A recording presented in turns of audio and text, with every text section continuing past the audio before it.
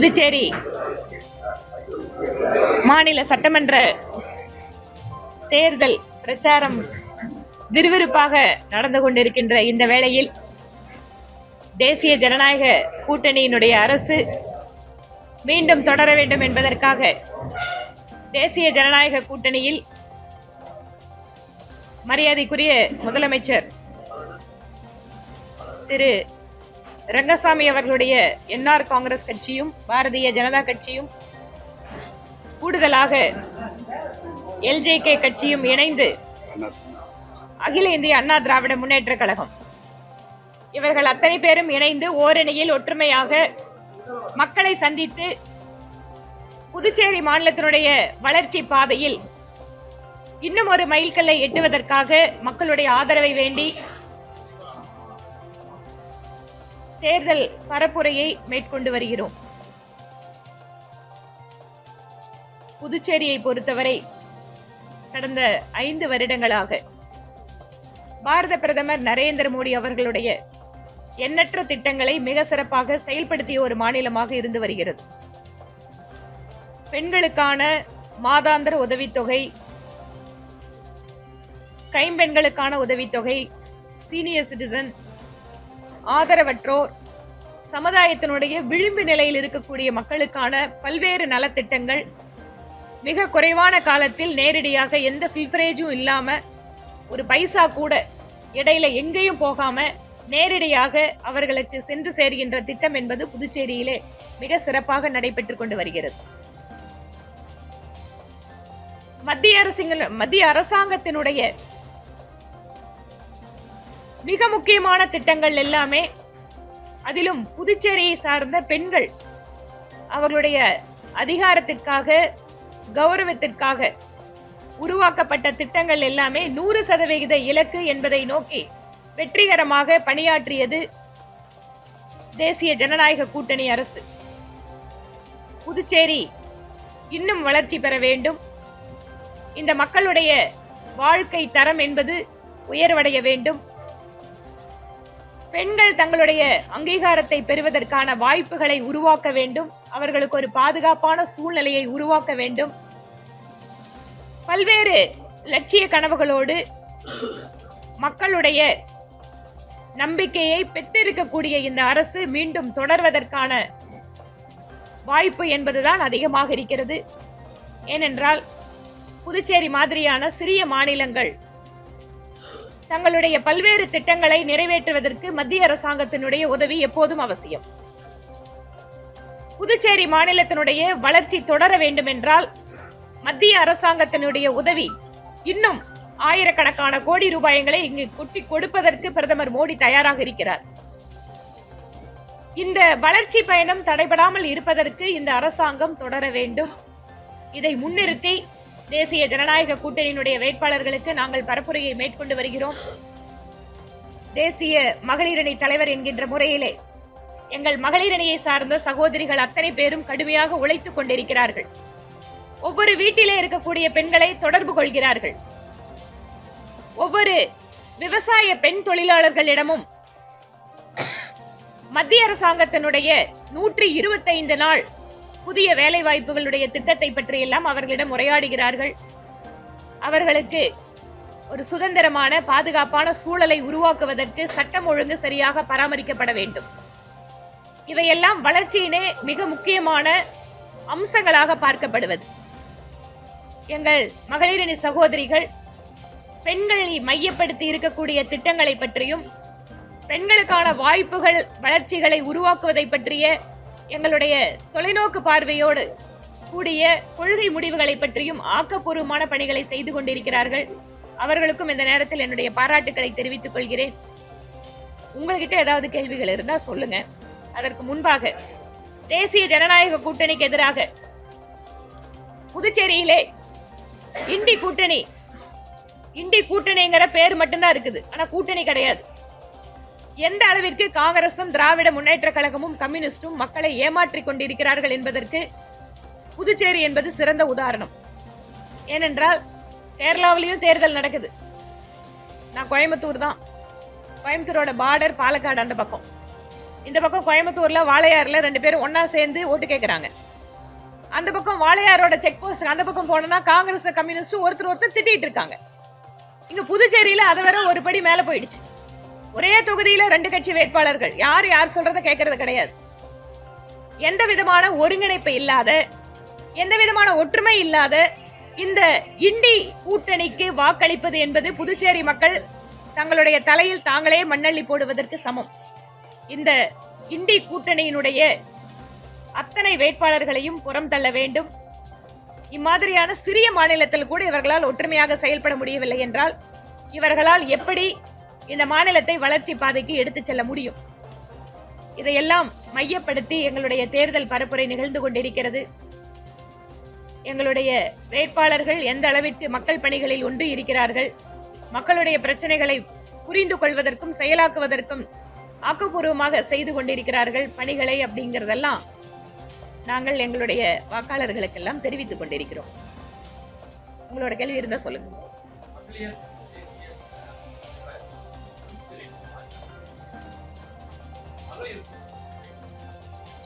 மகளிர் இடஒதுக்கீடு அப்படிங்கறதே இத்தனை வருட காலத்திற்கு பின்பாக அந்த மசோதா நிறைவேற்றியதே பாஜக மோடி அவர்களுடைய அரசுதான். ஆனால் அதற்கென்று காலம் கணிகின்ற பொழுது நிச்சயமாக அதிகமான எண்ணிக்கையிலே எங்க மகளிர் ஆட்டோமேட்டிக்கா இடஒதுக்கீட்டுல வந்துருவாங்க. ஆனால் அதுவரை ஒரு தேர்தலில் வெற்றி என்பது பல்வேறு காரணிகளை பொறுத்தது. இப்ப நானே தேசிய மகளிர் அணி தலைவராக மத்திய தேர்தல் குழுவில் இருக்கின்ற பொழுது பிரதமர் மோடி ஒவ்வொரு மாநிலத்தினுடைய தலைவர்கள் வருகின்ற பொழுது முதல் கேள்வியாக எத்தனை பெண்கள் அப்படின்னு தான் கேட்பார். பெண்கள் அதே போல இடஒதுக்கீடு இருக்கக்கூடிய இடங்களில் பட்டியலினத்தை சார்ந்தவர்கள், எஸ்டி மக்கள், இவர்களுக்கென்று அரசியலமைப்பு சட்டம் கொடுத்திருக்கின்ற அத்தனை பாதுகாப்புகளையும் நாம் பயன்படுத்த வேண்டும். என்னுடைய நோக்கம் என்பது ஒரு தொகுதி என்பது வெற்றி பெற வேண்டும் என்றால் வெற்றி பெறத்தக்க வேட்பாளர்களாக இப்போது அரசியல் கட்சிகள், அதுவும் அரசாங்கத்தை அமைக்கக்கூடிய அரசியல் கட்சிகளுக்கு ஒரு நிர்பந்தம் இருக்கிறது.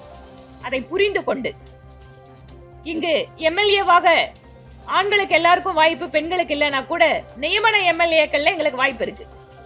அதே போல அதிகமான பெண் எம்பிக்களை வைத்திருக்கக்கூடிய கட்சி தான் இன்னைக்கும் பிஜேபி தான். அதிகமான பெண் எம்எல்ஏக்கள் இருக்கிறதும் பிஜேபி தான். அது மட்டுமல்ல, இந்த கட்சியிலேயே தான் 33% இடஒதுக்கீடு பெண்களுக்கு வழங்கப்பட்டு வருகிறது. அதனால் படிப்படியாக நாங்கள் முன்னேறி கொண்டிருக்கிறோம். 33% இடஒதுக்கீடு 29 தேர்தலில் வரும்போது இந்த கேள்வியை கேட்கறதுக்கு அந்த கேள்விக்கே அவசியம் இருக்காது. ஆட்டோமேட்டிக்கா பெண்கள் வந்து உட்காருவாங்க. அதனால் அந்த நிலைக்கு தயார்படுத்துவது எங்கள் பணி. ஒரு மனைவியாகவோ ஒரு சகோதரியாகவோ அந்த இடத்திற்கு வருவதை தாண்டி அந்த இடத்திற்கு பொருத்தமானவர்களாக எங்கள் மகளிர் சகோதரிகள் வர வேண்டும் என்பது எங்களுடைய இலக்கு.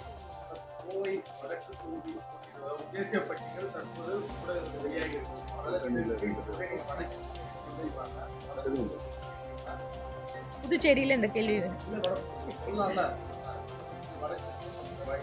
எந்த தொகுதியில் யார் போட்டியிடுவார்கள் என்பதை கட்சி தலைமை தகுந்த நேரத்தில் அறிவிக்கும்.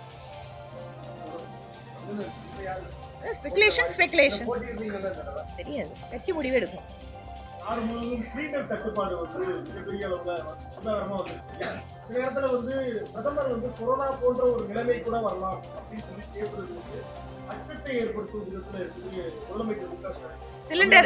சிலிண்டர் தட்டுப்பாடு எங்கேயுமே இல்லைங்க. கமர்ஷியல் சிலிண்டருக்கான தட்டுப்பாடு கிடையாதுங்க. கட்டுப்பாடு இருக்கு. தட்டுப்பாடு கிடையாது, கட்டுப்பாடு உண்டு. 45 நாள் அப்படிங்கிற பீரியட் எதுக்காக? அதை வாங்கி வேற எதுவும் கள்ள சந்தையில போக கூடாதுங்கிறதுக்காக சில கட்டுப்பாடுகளை வைத்திருக்கிறது. ஏனென்றால் நமக்கு எல்லாத்துக்கும் தெரியும், இப்போது எழுந்திருக்கின்ற இந்த பதற்றமான போர் சூழல் என்பது இந்தியாவால் உருவாக்கப்பட்டதல்ல. இப்போது இருக்கக்கூடிய இந்த கிரைசிஸ் என்பதும் இந்திய நாட்டு அரசியலுக்குள்ளாக இல்லை.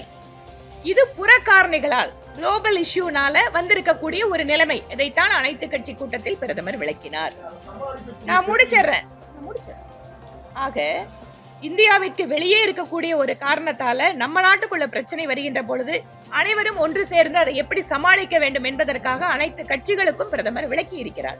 அது மட்டுமல்ல, இந்த பிரச்சனையை சமாளிப்பதற்காக ஈரான் நாடு நம்ம இந்திய கப்பல்களுக்கு மட்டும் அனுமதி கொடுக்கக்கூடிய சூழலை பிரதமர் மோடியால் வந்திருக்கிறது. ரஷ்யாவினுடைய கப்பல்கள் சீனாவுக்கு செல்வது கூட இந்தியாவிற்கு திருப்பி வரக்கூடிய ஒரு சூழல் பிரதமர் மோடி அவர்களுடைய ராஜதந்திர நடவடிக்கையால் வந்திருக்கிறது. நமக்கு இன்னைக்கு இந்தியாவில் இருக்கக்கூடிய மக்கள் பெரும் அவதிக்குள்ளாகிறதோ இல்ல தெருவில் நின்று போராடுறதோ இல்ல பெட்ரோல் டீசலோட விலை பல மடங்கு ஏறதோ இதெல்லாம் பக்கத்து நாடுகள்ல நடந்துட்டு இருக்கு. ஆனா இந்தியாவில் இல்ல. இதையெல்லாம் பக்குவமாக கையாண்டு கொண்டு வருகிறார் பிரதமர் மோடி. இந்த நேரத்தில் எதிர்கட்சிகள் ஆக்கப்பூர்வமாக ஒரு நேஷனல் கிரைசிஸ் அப்படின்னு பார்க்கணுமே தவிர அரசாங்கத்துக்கு எப்படி இதனால் தொல்லை கொடுக்கலாம் என்று யோசித்தால் நாட்டோட மக்களுக்கு தான் கஷ்டம். அதான் சொல்றேன், இது இந்தியாவுக்குள்ள இருக்கிற பொருள் கிடையாது. ஏதோ புதுச்சேரியில் விளையுது, தமிழ்நாட்டில் விளையுதுன்னா ஒண்ணு கொண்டு பக்கத்துல அட்ஜஸ்ட் பண்ணலாம். நம்ம கிட்ட பெட்ரோலியம் கிடையாது. வெளிநாடுகள்ல இருந்தா இறக்குமதி பண்றோம். உங்களுக்கே தெரியும், வெளிநாட்டுல இருந்து கப்பல் வரணும்னா கப்பல் அடிச்சிட்டு இருக்காங்க. அதுல ஒரே ஒரு விதிவிலக்கு, இந்திய கப்பல்களுக்கு மட்டும் அனுமதி. அதனால நாம இன்னைக்கு எல்லாம் வண்டியில நிம்மதியா போயிட்டு வரோம். வீட்டுல சமைச்சு சாப்பிடுறதுக்கு சிலிண்டர் இருக்கு. பக்கத்து நாடுகளை நீங்க எல்லாம் படிச்சவங்க, மீடியாக்கள் இருக்கிறவங்க பாருங்க என்ன மாதிரி சிரமப்பட்டு இருக்காங்க. அதனால் அந்த சூழ்நிலையை வெளிப்படுத்தி இருக்கிறார். ஒரு குளோபல் இஷ்யூல நேஷனல் சேலஞ்ச் வரும்போது நாம் எப்படி ஒன்றாக அதை கையாள வேண்டும் என்பதற்கான விஷயத்தை தான் முன்வைத்திருக்கிறார். நீங்க அவருக்கு முடிச்சலாம்.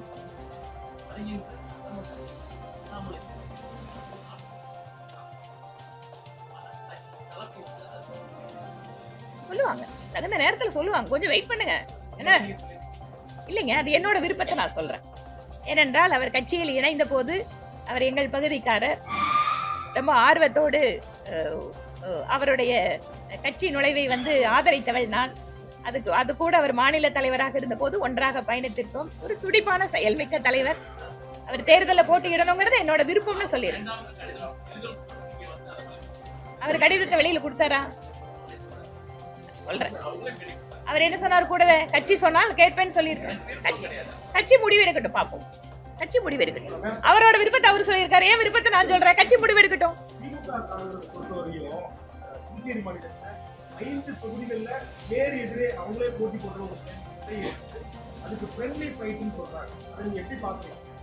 தேர்தல் எதுங்க ஃப்ரெண்ட்லி ஃபைட்டு?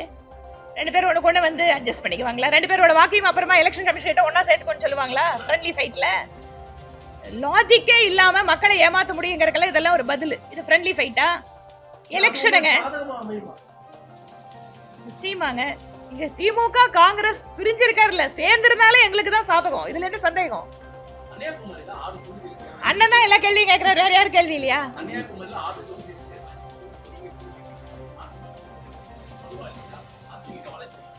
இல்லைங்க, இது அதிமுக பலம் இருக்கா பாமக பலம் இருக்கா அப்படிங்கிற கேள்வி அல்ல. ஒவ்வொருவருமே ஒவ்வொரு பட்டியலோட போறோம். ஒரு பட்டியலோட போகும்போது சில நேரங்கள்ல அவங்களோட தொகுதிகளை எங்களுக்காக விட்டு கொடுக்கறாங்க. நாங்க பலம் இருக்கிற தொகுதிகளை அவங்களுக்கு. இதுதான் கூட்டணி. ஏனென்றால் எல்லாரும் ஜெயிக்க வேண்டும். அதே போல எண்ணிக்கை ஒவ்வொருத்தருக்கும் அதுக்கு தகுந்த அளவு இருக்கணும். அதனால உங்களுக்கு தெரியும், கன்னியாகுமரி மாவட்டத்தை பொறுத்த வரைக்கும் பாஜக ரொம்ப காலமாவே எம்பிக்கள் எம்எல்ஏக்கள் இருக்கக்கூடிய பகுதி. அதனால ஒவ்வொருவருக்குமே அவரவர்கள் பலமா இந்த தொகுதியில் அதிகமான சீட்டுகள் உண்டு. இப்ப பாமகவை எடுத்துக்கோங்க.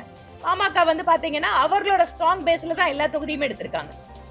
அதே போல அமமுக அவங்களோட ஸ்ட்ராங்கான தொகுதிகள் இருக்கு. எங்களுக்கும் அதே மாதிரி நாங்கள் ஏற்கனவே பலமான தொகுதிகள்லயும் சீட்டு, புதிதாக வளர்ந்து கொண்டு இருக்கக்கூடிய இடத்துலயும் சீட்டு. அதனால விட்டு கொடுப்பது அப்படிங்கறது கூட்டணியில ஒரு சாதாரணமா நடக்கக்கூடியதுதான். இது புதுச்சேரி பிரஸ் மீட்டா தமிழ்நாடு பிரஸ் மீட்டா? சொல்லுப்பா.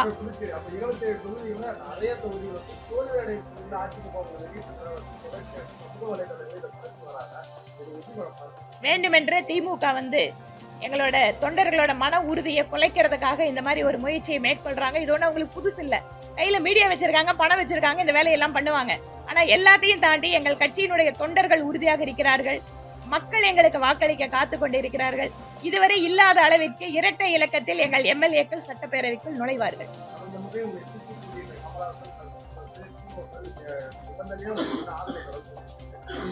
அவருக்கு ஒரு அசைன்மெண்ட் கொடுத்தாங்க, முடிச்சிட்டாரு.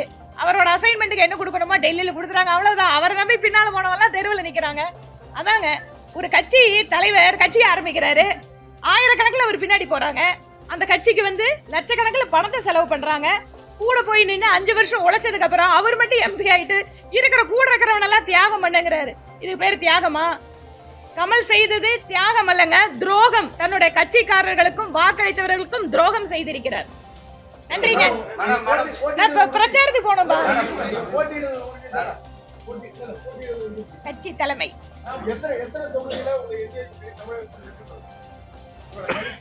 ஏன் கணிப்பா என்டிஏ கூட்டணி ஆட்சி இங்க ஆட்சி அமைக்கிறது உறுதிதானே. தமிழ்நாட்டிலயும் அதே மாதிரிதான்.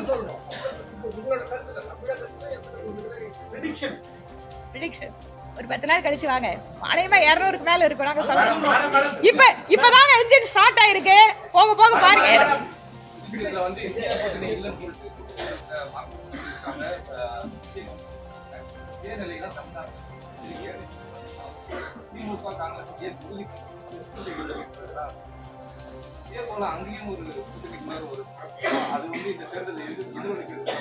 எந்த கூட்டணிக்குள்ள? இந்தி கூட்டணிக்குள்ளயா? ஆமா, காங்கிரஸ் திமுக தான் இப்ப முடிஞ்சு போச்சு.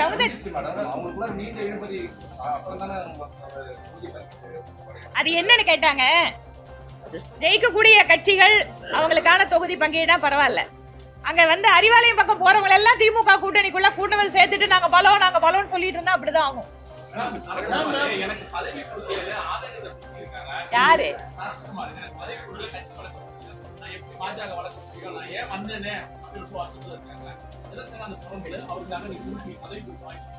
அவரு கூட நேத்து கூட பேசினாரு.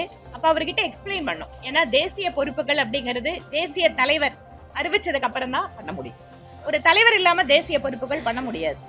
எங்களோட கட்சியில இப்பதான் தேசிய தலைவர் அறிவிச்சிருக்காங்க. இப்ப 5 மாநில தேர்தல் முடிஞ்சதுக்கு அப்புறம் தான் தேசிய பொறுப்புகள். இதெல்லாம் எக்ஸ்பிளைன் பண்ணோம்னா அவர் இந்த மாதிரி யாராவது கொஞ்சம் எடுத்து சொல்லி இருந்தா நானும் புரிஞ்சிருப்பேன் அப்படின்னு தான் சொன்னாரு.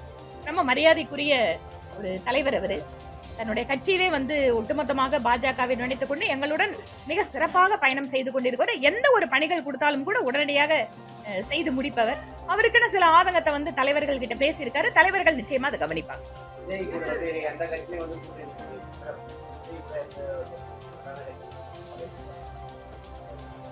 கூட்டணி போலன்னு என்ன அர்த்தம்?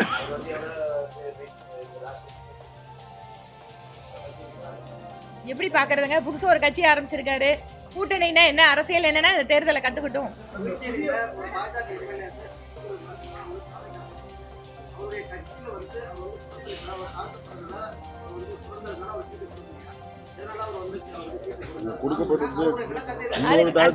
மாநில தலைவர் பதில் சொல்லுவார். இன்னொரு தாழ்த்தப்பட்டவருக்கு தான் அங்க சீட்டு கொடுத்திருக்கிறோம். கட்சியில யார் நன்றாக செயல்படுகிறார்கள் என்பதை பார்ப்போம். தலைமை அதை சர்வே பண்ணும். அதுக்கப்புறம் சீட்டு கொடுக்கும்.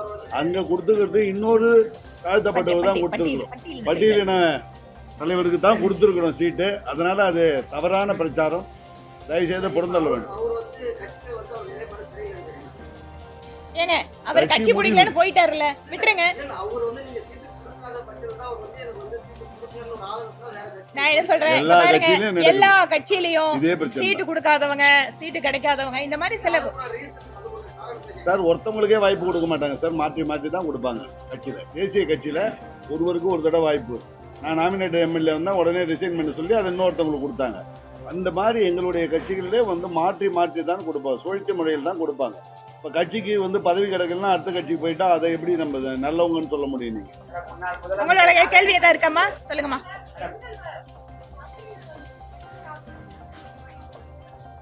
பயிற்சி இல்ல.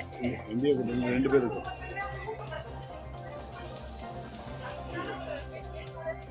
தகுதியான வேட்பாளர் நிறைய இருக்காங்கம்மா. சீட்டு தான் கொடுக்க முடியும். அதுதான் சொல்றேனே, ஒவ்வொரு தேர்தலும் ஒவ்வொரு தொகுதியுமே வந்து it is involving various dynamics. இந்திய கூட்டணி 2 பேர் கொடுத்துருக்கு. கொண்டு வந்துடலாமா? கொண்டு வந்து தாராளமா கொண்டு வந்து ஃபியூச்சர் பெண்களுக்கு தான்மா.